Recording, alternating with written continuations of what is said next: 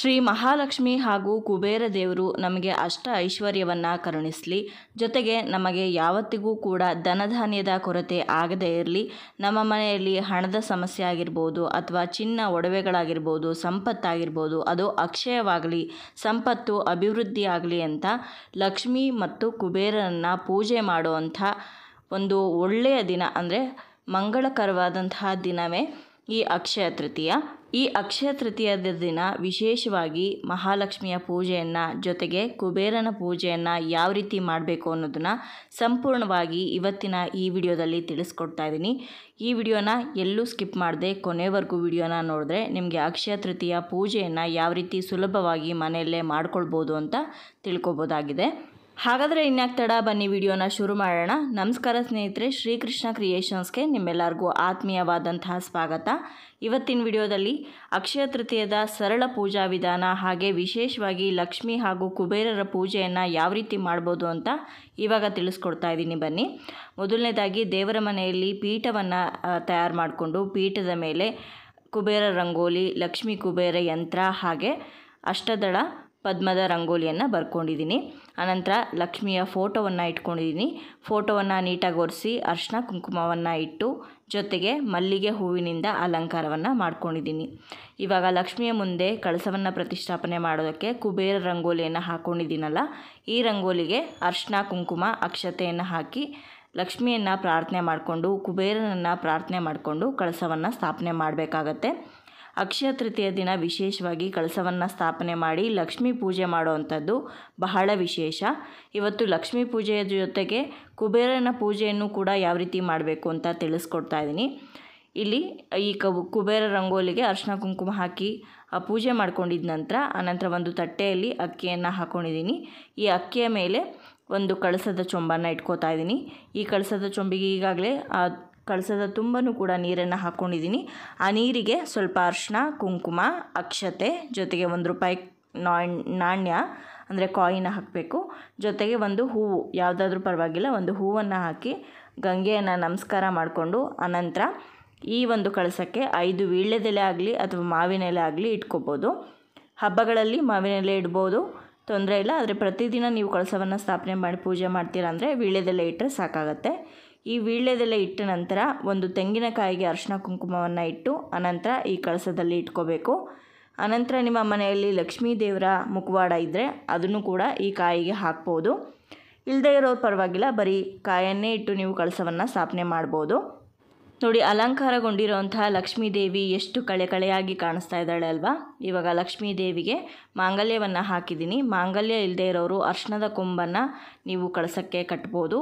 ಇವಾಗ ಒಡವೆಯನ್ನು ಕೂಡ ಹಾಕ್ತಾ ಇದ್ದೀನಿ. ನಿಮ್ಮ ಹತ್ರ ಇರುವಂಥ ಯಾವುದೇ ಚಿನ್ನದ ಒಡವೆಯನ್ನು ನೀವು ಹಾಕ್ಬೋದು. ಆ ಒಡವೆಯನ್ನು ನೀವು ಹಾಕ್ಕೊಂಡಿರುವಂಥದ್ದನ್ನು ಸ್ವಲ್ಪ ಹಾಲಿನಲ್ಲಿ ಅಥವಾ ಗಂಜಲ ಹಾಕಿ ಶುದ್ಧಿ ಮಾಡಿ ಅನಂತರ ದೇವರಿಗೆ ಬಳಸಿ. ಹಾಗೆಯೇ ಹಾಕಬಾರ್ದು ನೀವು ಹಾಕ್ಕೊಂಡಿರೋವಂಥದ್ದನ್ನು. ಅನಂತರ ಇವಾಗ ಕಳಸಕ್ಕೆ ಹೂಗಳಿಂದ ಅಲಂಕಾರ ಮಾಡಿದ್ದೀನಿ. ಕಳಸದ ಮುಂದೆ ಕಾಮಾಕ್ಷಿ ದೀಪವನ್ನು ಕೂಡ ನಾನು ಏರ್ಪಾಡು ಮಾಡ್ಕೋತಾ ಇದ್ದೀನಿ. ಜೊತೆಗೆ ಕಳಸದ ಅಕ್ಕಪಕ್ಕ ಇಡೋದಕ್ಕೆ 2 ಕಂಬದ ದೀಪಗಳನ್ನು ಕೂಡ ಎಣ್ಣೆ ಬತ್ತಿ ಎಲ್ಲ ಹಾಕಿ ಅರಿಶಿನ ಕುಂಕುಮ ಇಟ್ಟು ಅಲಂಕಾರವನ್ನು ಮಾಡ್ಕೊಂಡಿದ್ದೀನಿ. ಇವಾಗ ಈ ಕಾಮಾಕ್ಷಿ ದೀಪದ ಅಕ್ಕಪಕ್ಕದಲ್ಲಿ 2 ಗಜಗಳನ್ನು ಕೂಡ ನಾನು ಇಡ್ತಾ ಇದ್ದೀನಿ. ನಮ್ಮ ಮನೆಯಲ್ಲಿದೆ, ಹಾಗಾಗಿ ಇಡ್ತಾ ಇದ್ದೀನಿ. ಇಡಲೇಬೇಕು ಅನ್ನೋ ಅಗತ್ಯ ಏನೂ ಇಲ್ಲ, ಚೆನ್ನಾಗಿ ಕಾಣಿಸುತ್ತೆ, ಅಲಂಕಾರವಾಗಿರುತ್ತೆ ಅಂತ ಇಟ್ಟಿರೋದಷ್ಟೇ. ಇವಾಗ ದೀಪಗಳಿಗೆ, ಆನೆಗಳಿಗೆ ಎಲ್ಲದಕ್ಕೂ ಕೂಡ ಹೂಗಳನ್ನು ಇಟ್ಟು ಅಲಂಕಾರವನ್ನು ಮಾಡ್ಕೋತಾ ಇದ್ದೀನಿ. ಪೂಜೆಯನ್ನು ಎಷ್ಟು ಶ್ರದ್ಧೆಯಿಂದ ಭಕ್ತಿಯಿಂದ ಮಾಡ್ತೀರಾ ಅನ್ನೋದು ಮುಖ್ಯ ಆಗುತ್ತೆ, ಎಷ್ಟು ಅಲಂಕಾರ ಮಾಡ್ತೀರಾ ಅನ್ನೋದಲ್ಲ. ಇನ್ನು ಈ ಅಕ್ಷಯ ತೃತೀಯದಲ್ಲಿ ವಿಶೇಷವಾಗಿ ಅಕ್ಷಯ ಪಾತ್ರೆಯನ್ನು ಪ್ರತಿಷ್ಠಾಪನೆ ಮಾಡಬೇಕಾಗತ್ತೆ. ಹಾಗಾಗಿ ನಾನಿಲ್ಲಿ ಅಷ್ಟದಳ ಪದ್ಮದ ಒಂದು ರಂಗೋಲಿಯನ್ನು ಹಾಕ್ಕೊಂಡಿದ್ದೀನಲ್ಲ, ಅದರ ಮೇಲೆ ಅಕ್ಷಯ ಪಾತ್ರೆಯನ್ನು ಸ್ಥಾಪನೆ ಮಾಡಬೇಕಾಗತ್ತೆ. ಆ ರಂಗೋಲಿಗೂ ಕೂಡ ಮೊದಲು ಅರಿಶಿನ ಕುಂಕುಮ ಅಕ್ಷತೆಯನ್ನು ಹಾಕಿ ಪೀಠದ ಪೂಜೆಯನ್ನು ಮಾಡಿಕೊಂಡು ಅನಂತರ ಒಂದು ಮಣ್ಣಿನ ಮಡಿಕೆ ಮೇಲೆ ಫುಲ್ ಅರಿಶಿನವನ್ನು ಹಚ್ಚಿ ಅದರ ಮೇಲೆ ಶ್ರೀ ಅಂತ ಬರೆದು ಅದರ ಒಳಗಡೆ ಹೊಸದಾಗಿ ತಂದಿರೋವಂಥ ಕಲ್ಲುಪ್ಪಿನ ಪ್ಯಾಕೆಟಲ್ಲಿ ಉಪ್ಪನ್ನು ಹಾಕ್ಕೊಳ್ಬೇಕು. ನೀವು ಮನೆಯಲ್ಲಿ ಈಗಾಗಲೇ ಬಳಸ್ತಾ ಇರುವಂಥ ಉಪ್ಪನ್ನು ಈ ಅಕ್ಷಯ ಪಾತ್ರೆಯನ್ನು ತಯಾರು ಮಾಡೋದಕ್ಕೆ ಅಥವಾ ಪ್ರತಿಷ್ಠಾಪನೆ ಮಾಡೋದಕ್ಕೆ ಬಳಸಬಾರ್ದು. ಹೊಸದಾಗಿಯೇ ನೀವು ಆ ಉಪ್ಪನ್ನು ತೊಗೊಂಡು ಬಂದು ಅನಂತರ ಈ ಮಡಿಕೆಯ ಒಳಗಡೆ ಉಪ್ಪನ್ನು ಹಾಕಿ ಅದರ ಒಳಗಡೆ ಕವಡೆ, ಗೋಮತಿ ಚಕ್ರ, ಬೆಳ್ಳಿ ನಾಣ್ಯ ಅಥವಾ ಚಿನ್ನದ ಯಾವುದಾದ್ರೂ ನಿಮ್ಮ ಹತ್ರ ಒಡವೆ ಇದ್ದರೆ ಅದು ಹಾಕ್ಬೋದು, ಅಥವಾ ಚಿನ್ನದ ನಾಣ್ಯ ಇದ್ದರೂ ಕೂಡ ಹಾಕ್ಕೊಬೋದು. ಇಲ್ಲದೇ ಇರೋರು ಪರವಾಗಿಲ್ಲ, ಬರೀ ನಿಮ್ಮ ಮನೆಯಲ್ಲಿರೋ ಅಂಥ ₹1 ₹2 ನಾಣ್ಯ ಕೂಡ ಅದರೊಳಗಡೆ ಹಾಕಿದ್ರೂ ನಡೆಯುತ್ತೆ. ಆಮೇಲೆ ನಿಮ್ಮ ಮನೆಯಲ್ಲಿ ಎಷ್ಟು ದುಡ್ಡಿರುತ್ತೋ ಒಂದಷ್ಟನ್ನು ಆ ಉಪ್ಪಿನ ಮೇಲೆ, ಅಂದರೆ ಆ ಅಕ್ಷಯ ಪಾತ್ರೆಯ ಒಳಗಡೆ ಇಟ್ಟು ಆ ಹೂವಿನಿಂದ ಅಲಂಕಾರವನ್ನು ಮಾಡಬೇಕು. ಜೊತೆಗೆ ಅರಿಶಿನ ಕುಂಕುಮ ಮತ್ತು ಜವಾದ್ ಪೌಡ್ರ್ ಇದ್ದರೆ ಸ್ವಲ್ಪ ಹಾಕಿ, ಪಚ್ಚಕರ್ಪೂರದ ಪುಡಿಯನ್ನು ಕೂಡ ನೀವು ಅದರೊಳಗಡೆ ಹಾಕ್ಬೋದು, ಸುಗಂಧ ಭರಿತವಾಗಿರುತ್ತೆ. ಹೂವನ್ನು ಇಟ್ಟು ಅಲಂಕಾರ ಮಾಡಿಕೊಂಡ್ರೆ ಅಕ್ಷಯ ಪಾತ್ರೆ ಸ್ಥಾಪನೆ ಆಗುತ್ತೆ. ಆನಂತರ ಅದಕ್ಕೆ ಧೂಪ ದೀಪ ನೈವೇದ್ಯವನ್ನೆಲ್ಲ ತೋರಿಸ್ಬೇಕಾಗತ್ತೆ. ಕೊನೆಯಲ್ಲಿ ನಾನು ಎಲ್ಲ ಒಟ್ಟಿಗೆ ಮಾಡೋದ್ರಿಂದ ಇವಾಗೇನು ಅದಕ್ಕೆ ಸಪ್ರೇಟಾಗಿ ಪೂಜೆ ಮಾಡ್ತಾಯಿಲ್ಲ, ಎಲ್ಲನೂ ಕೂಡ ಒಟ್ಟಿಗೆ ಪೂಜೆ ಮಾಡ್ತೀನಿ. ಇವಾಗ ಲಕ್ಷ್ಮೀ ದೇವಿಯ ವಿಗ್ರಹವನ್ನು ಕೂಡ ಅಭಿಷೇಕ ಮಾಡಿ ಇಟ್ಕೊಂಡಿದ್ದೀನಿ ಒಂದು ಪೀಠದ ಮೇಲೆ. ಆ ವಿಗ್ರಹಕ್ಕೂ ಕೂಡ ಹೂಗಳಿಂದ ಅಲಂಕಾರ ಮಾಡಿದ್ದೀನಿ. ಇವಾಗ ಏಕ ಆರತಿಯನ್ನು ಹಚ್ಕೊಂಡು ದೀಪವನ್ನು ಹಚ್ತಾ ಇದ್ದೀನಿ. ಕಾಮಾಕ್ಷಿ ದೀಪವನ್ನು ಮೊದಲು ಹಚ್ಕೊಂಡು ಅನಂತರ ಕಂಬದ ದೀಪಗಳನ್ನು ಹಚ್ಕೋತಾ ಇದ್ದೀನಿ. ಶುಭಂ ಕರೋತಿ ಕಲ್ಯಾಣಂ ಆರೋಗ್ಯಂ ಧನಸಂಪದಾಂ ಶತ್ರುಬುದ್ಧಿ ವಿನಾಶಾಯ ದೀಪಂ ಜ್ಯೋತಿ ನಮೋಸ್ತುತೆ ಅಂತ ದೀಪದ ಪೂಜೆಯನ್ನು ಮಾಡ್ಕೊಳ್ಬೇಕಾಗತ್ತೆ. ದೀಪಗಳಿಗೆ ಅಕ್ಷತೆ ಮತ್ತು ಹೂವನ್ನು ಅರ್ಪಿಸಬೇಕಾಗತ್ತೆ. ಇವಾಗ ಕುಬೇರ ಹಾಗೆ ಲಕ್ಷ್ಮೀ ಪೂಜೆಗೆ ಎಲ್ಲ ಸಿದ್ಧತೆ ಆಗಿದೆ, ದೀಪಗಳನ್ನು ಹಚ್ಕೊಂಡಿದ್ದಾಗಿದೆ. ಇವಾಗ ಪೂಜೆಯನ್ನು ಶುರು ಮಾಡಬೇಕು. ಯಾವುದೇ ಒಂದು ಪ್ರಮುಖ ಪೂಜೆಯಲ್ಲಿ ಮೊದಲು ನಾವು ಗಣಪತಿಯನ್ನು ಪ್ರಾರ್ಥನೆ ಮಾಡ್ಕೊಳ್ಬೇಕಾಗತ್ತೆ. ಅದಕ್ಕೂ ಮುಂಚೆ ಇಲ್ಲಿ ನಾನು ಕುಬೇರ ರಂಗೋಲಿಯನ್ನು ಹಾಕ್ಕೊಂಡಿದ್ದೀನಲ್ಲ, ಅಂದರೆ ಲಕ್ಷ್ಮೀ ಕುಬೇರ ಯಂತ್ರವನ್ನು ಹಾಕ್ಕೊಂಡಿದ್ದೀನಲ್ಲ, ಆ ಒಂದು ಲಕ್ಷ್ಮೀ ಕುಬೇರ ಯಂತ್ರಕ್ಕೆ ಅರಿಶಿನ ಕುಂಕುಮವನ್ನು ಅರ್ಪಿಸ್ತಾ ಇದ್ದೀನಿ. ಅಕ್ಷತೆಯನ್ನು ಕೂಡ ಹಾಕ್ಕೋಬೇಕು. ಆನಂತರ ₹1 ಕಾಯಿನನ್ನು ಇಡಬೇಕು, ಅಥವಾ ಲಕ್ಷ್ಮೀ ಕುಬೇರ ಕಾಯಿನ್ಸೇ ನಿಮ್ಮ ಮನೆಯಲ್ಲಿದ್ದರೆ ಅದನ್ನೇ ಇಟ್ಕೋಬೋದು. ನಾನು ಇವತ್ತು ಲಕ್ಷ್ಮೀ ಕುಬೇರ ಕಾಯಿನ್ಸನ್ನೇ ಇಟ್ಟು ಆ ಒಂದು ಲಕ್ಷ್ಮೀ ಕುಬೇರ ಯಂತ್ರವನ್ನು ಪೂಜೆ ಮಾಡ್ತಾಯಿದ್ದೀನಿ.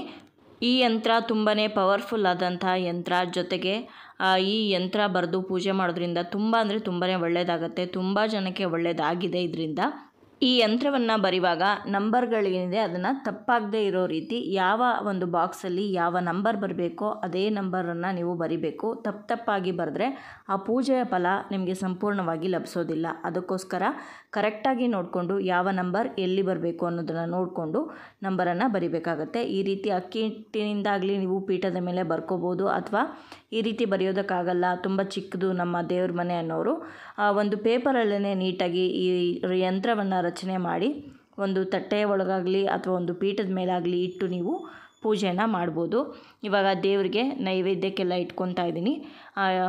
ಹಣ್ಣುಗಳು ಜೊತೆಗೆ ಹಾಲು, ನೀವೇನಾದರೂ ಪಾಯಸ ಮಾಡಿದರೆ ಅದನ್ನು ಕೂಡ ಇಟ್ಕೋಬೋದು. ನಿಮ್ಮ ಕೈಲಿ ನಿಮ್ಮ ಯಥಾಶಕ್ತಿಗೆ ಅನುಸಾರವಾಗಿ ನಿಮ್ಗೇನು ಸಾಧ್ಯನೋ ಅದನ್ನು ನೈವೇದ್ಯ ಮಾಡ್ಬೋದು. ಹಾಗೆ ದೇವಿಗೆ ಬ್ಲೌಸ್ ಪೀಸು, ಬಳೆಗಳು ಮತ್ತು ಅರಿಶಿನ ಕುಂಕುಮ, ಅರಿಶಿನದ ಕೊಂಬು, ವೀಳ್ಯದೆಲೆ, ಅಡಿಕೆ ಇದೆಲ್ಲದನ್ನು ಕೂಡ ಇಡಬೇಕಾಗತ್ತೆ. ಸಾಧ್ಯವಾದರೆ ನಿಮಗೆ ಚೆನ್ನಾಗಿ ಉಡ್ಸೋದಕ್ಕೆ ಬರುತ್ತೆ ಅಂತಂದರೆ ಬ್ಲೌಸ್ ಪೀಸಿಂದ ದೇವ್ರಿಗೆ ಸೀರೆಯನ್ನು ಕೂಡ ಉಡಿಸ್ಬೋದು. ನಾನಿಲ್ಲಿ ಮಡ್ಲಕ್ಕಿ ಥರ ತಟ್ಟೆಯಲ್ಲೇ ಇಟ್ಟಿದ್ದೀನಿ. ನೀವು ಬೇಕಿದ್ರೆ ತಟ್ಟೆಯಲ್ಲೂ ಇಡ್ಬೋದು, ಅಥವಾ ಕಳಸಕ್ಕೇ ಬ್ಲೌಸ್ ಪೀಸ್ ಹಾಕ್ತೀರಾ, ಬಳೆಗಳನ್ನ ಹಾಕ್ತೀರಾ ಅಂದರೆ ಆ ರೀತಿಯೂ ಕೂಡ ಮಾಡ್ಬೋದು, ತೊಂದರೆ ಇಲ್ಲ. ಇವಾಗ ಮೊದಲಿಗೆ ಗಣಪತಿ ಪೂಜೆಯನ್ನು ಮಾಡ್ತಾಯಿದ್ದೀನಿ. ಗಣಪತಿಗೆ ಅರಿಶಿನ ಕುಂಕುಮ ಅಕ್ಷತೆಯನ್ನು ಅರ್ಪಿಸಿ ಹೂವನ್ನು ಇಟ್ಟು ಅನಂತರ ಧೂಪವನ್ನು ತೋರಿಸ್ಬೇಕು. ಈ ಪೂಜೆಯಲ್ಲಿ ಯಾವುದೇ ಒಂದು ವಿಘ್ನ ಬಾರದೇ ಇರಲಿ ಅಂತ ವಿಘ್ನೇಶ್ವರನನ್ನು ಪ್ರಾರ್ಥನೆ ಮಾಡಿಕೊಂಡು ಸರಳವಾಗಿರುವಂಥ ಒಂದು ವಿಘ್ನೇಶ್ವರ ಮಂತ್ರನನ್ನು ಹೇಳಿಕೊಂಡು ಅನಂತರ ಲಕ್ಷ್ಮೀ ಪೂಜೆಗೆ ಬರಬೇಕಾಗತ್ತೆ. ಲಕ್ಷ್ಮೀ ಕಳಸಕ್ಕೆ, ಲಕ್ಷ್ಮೀ ಫೋಟೋಗೆ, ವಿಗ್ರಹಕ್ಕೆ ಎಲ್ಲದಕ್ಕೂ ಕೂಡ ಅರಿಶಿನ ಕುಂಕುಮ ಅಕ್ಷತೆಯನ್ನು ಅರ್ಪಿಸಿ ಹೂಗಳನ್ನು ಆಲ್ರೆಡಿ ಇಟ್ಟಿರ್ತೀರ. ಗೆಜ್ಜೆ ವಸ್ತ್ರವನ್ನು ಹಾಕೋದಾದರೆ ಹಾಕ್ಬೋದು. ಅನಂತರ ಎಲ್ಲದಕ್ಕೂ ಕೂಡ ಧೂಪವನ್ನು ತೋರಿಸ್ಬೇಕು. ಲಕ್ಷ್ಮೀ ಕುಬೇರ ಯಂತ್ರಕ್ಕೆ, ಕಳಸಕ್ಕೆ, ಫೋಟೋಗೆ, ಹಾಗೆ ಅಕ್ಷಯ ಪಾತ್ರೆಗೆ, ಪ್ರತಿಷ್ಠಾಪನೆ ಮಾಡಿರೋವಂಥ ಅಕ್ಷಯ ಪಾತ್ರೆಗೆ, ಲಕ್ಷ್ಮಿಯ ವಿಗ್ರಹಕ್ಕೆ ಎಲ್ಲದಕ್ಕೂ ಕೂಡ ಧೂಪವನ್ನು ತೋರಿಸಿ ಅನಂತರ ಅರ್ಚನೆಯನ್ನು ಮಾಡಬೇಕಾಗತ್ತೆ. ಅರ್ಚನೆಯನ್ನು ಲಕ್ಷ್ಮೀ ವಿಗ್ರಹದ ಮುಂದೆ ಒಂದು ಚಿಕ್ಕ ನಾಣ್ಯವನ್ನು ಇಟ್ಟು ಅದರ ಮೇಲೆ ಉಂಗುರದ ಬೆರಳಿನಿಂದ ಕುಂಕುಮವನ್ನು ಹಾಕ್ತಾ ನಾವು ಕುಂಕುಮಾರ್ಚನೆಯನ್ನು ಮಾಡಬೇಕಾಗತ್ತೆ. ಕುಂಕುಮಾರ್ಚನೆಯ ಬದಲಾಗಿ ನೀವು ಬಿಡಿ ಹೂಗಳಿಂದ ಲಕ್ಷ್ಮೀ ಕಳಸಕ್ಕೆ ಅರ್ಚನೆಯನ್ನು ಮಾಡ್ಬೋದು, ಅಥವಾ ಅಕ್ಷತೆಯಿಂದನೂ ಕೂಡ ಅರ್ಚನೆಯನ್ನು ಮಾಡ್ಬೋದು. ಇನ್ನು ಲಕ್ಷ್ಮಿಗೆ ಪ್ರಿಯವಾಗಿರುವಂಥ ಲಕ್ಷ್ಮೀ ಕುಬೇರ ಕಾಯಿನ್ಸ್ ನಾಣ್ಯಗಳೇನಿದೆ ಅದರಿಂದನೂ ಕೂಡ ನೀವು ಅರ್ಚನೆಯನ್ನು ಮಾಡ್ಬೋದು, ಅಥವಾ ಕವಡೆ, ಗೋಮತಿ ಚಕ್ರ, ಕಮಲದ ಬೀಜ ಇವುಗಳಿಂದನೂ ಕೂಡ ಅರ್ಚನೆಯನ್ನು ಮಾಡ್ಬೋದಾಗಿದೆ. ಇನ್ನು ಅರ್ಚನೆ ಎಲ್ಲ ಮಾಡಿದ್ದಾದ ನಂತರ ಮತ್ತೊಮ್ಮೆ ಧೂಪವನ್ನು ತೋರಿಸ್ಬೇಕು. ಧೂಪ ಆದಮೇಲೆ ನೈವೇದ್ಯವನ್ನು ಮಾಡಬೇಕಾಗತ್ತೆ. ನೀವೇನೇನು ನೈವೇದ್ಯಕ್ಕೆ ಇಟ್ಕೊಂಡಿರ್ತೀರೋ ಅದನ್ನು ನೈವೇದ್ಯ ಮಾಡಬೇಕು ದೇವರಿಗೆ.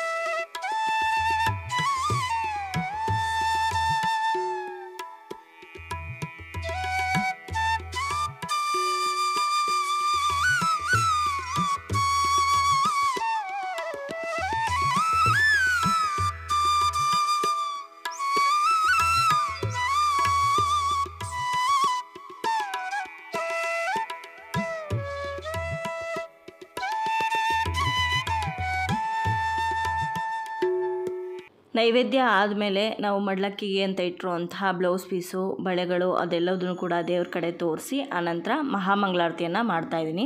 ಕರ್ಪೂರವನ್ನು ಹಚ್ಕೊಂಡು ಅಥವಾ ತುಪ್ಪದ ಬತ್ತಿಯನ್ನು ಹಚ್ಕೊಂಡು ಆರತಿಯನ್ನು ಮಾಡಬೇಕು. ಆರತಿಯನ್ನು ಮಾಡುವಾಗ ಲಕ್ಷ್ಮೀ ದೇವಿಯ ಯಾವುದಾದ್ರೂ ಒಂದು ಆರತಿ ಹಾಡನ್ನು ಹೇಳಿಕೊಂಡು ನೀವು ಪೂಜೆ ಮಾಡಿದ್ರೆ ತುಂಬಾ ಒಳ್ಳೆಯದು. ಹೇಳೋದಕ್ಕೆ ಬರಲಿಲ್ಲ ಅಂತಂದರೆ ನೀವು ಯೂಟ್ಯೂಬಲ್ಲಿ ಅಥವಾ ಬೇರೆ ಯಾವುದೇ ಒಂದು ಮೀಡಿಯಾದಲ್ಲಿ ಹಾಕ್ಕೊಂಡು, ಇನ್ನು ಅಕ್ಷಯ ತೃತೀಯ ಆಗಿರೋದ್ರಿಂದ ಅವತ್ತಿನ ದಿನ ಹೊಸದಾಗಿ ಚಿನ್ನವನ್ನು ಖರೀದಿ ಮಾಡಿದ್ರೆ, ಬೆಳ್ಳಿಯನ್ನು ಖರೀದಿ ಮಾಡಿದ್ರೆ ಅಥವಾ ಕಾರನ್ನು ತೊಗೊಂಡಿದ್ರೆ ಅದರ ಕೀಯನ್ನು ಆಗಿರ್ಬೋದು, ಅಥವಾ ನೀವು ಯಾವುದಾದ್ರೂ ಸೈಟು ಮನೆಯನ್ನು ತೊಗೊಂಡಿದ್ರೆ ಅದರ ಪತ್ರವನ್ನು ಲಕ್ಷ್ಮಿ ಮುಂದೆ ಇಟ್ಟು ಪೂಜೆ ಮಾಡಿ ಅನಂತರ ನೀವು ಅದನ್ನು ಧರಿಸೋದು, ಒಡವೆಯನ್ನು ಧರಿಸೋದಾಗಿರ್ಬೋದು ಅಥವಾ ಬಳಸೋದಾಗಿರ್ಬೋದು ಮಾಡಿ ತುಂಬಾ ಒಳ್ಳೆಯದು. ಅವತ್ತಿನ ದಿನ ಯಾರೇ ಮನೆಗೆ ಮುತ್ತೈದೆಯರು ಬಂದರೂ ಅವ್ರಿಗೆ ಅರಿಶಿನ ಕುಂಕುಮವನ್ನು ಕೊಟ್ಟು ಕಳಿಸೋದನ್ನು ಮರಿಬೇಡಿ. ಜೊತೆಗೆ ಅವತ್ತಿನ ದಿನ ದಾನ ಮಾಡಿದ್ರೆ ತುಂಬ ಒಳ್ಳೆಯದು ಅಂತ ಹೇಳ್ತಾರೆ. ನಿಮ್ಮ ಕೈಲಿ ಎಷ್ಟಾಗುತ್ತೋ ಅಷ್ಟು ದಾನವನ್ನು ಮಾಡೋದಕ್ಕೆ ಪ್ರಯತ್ನ ಪಡಿ.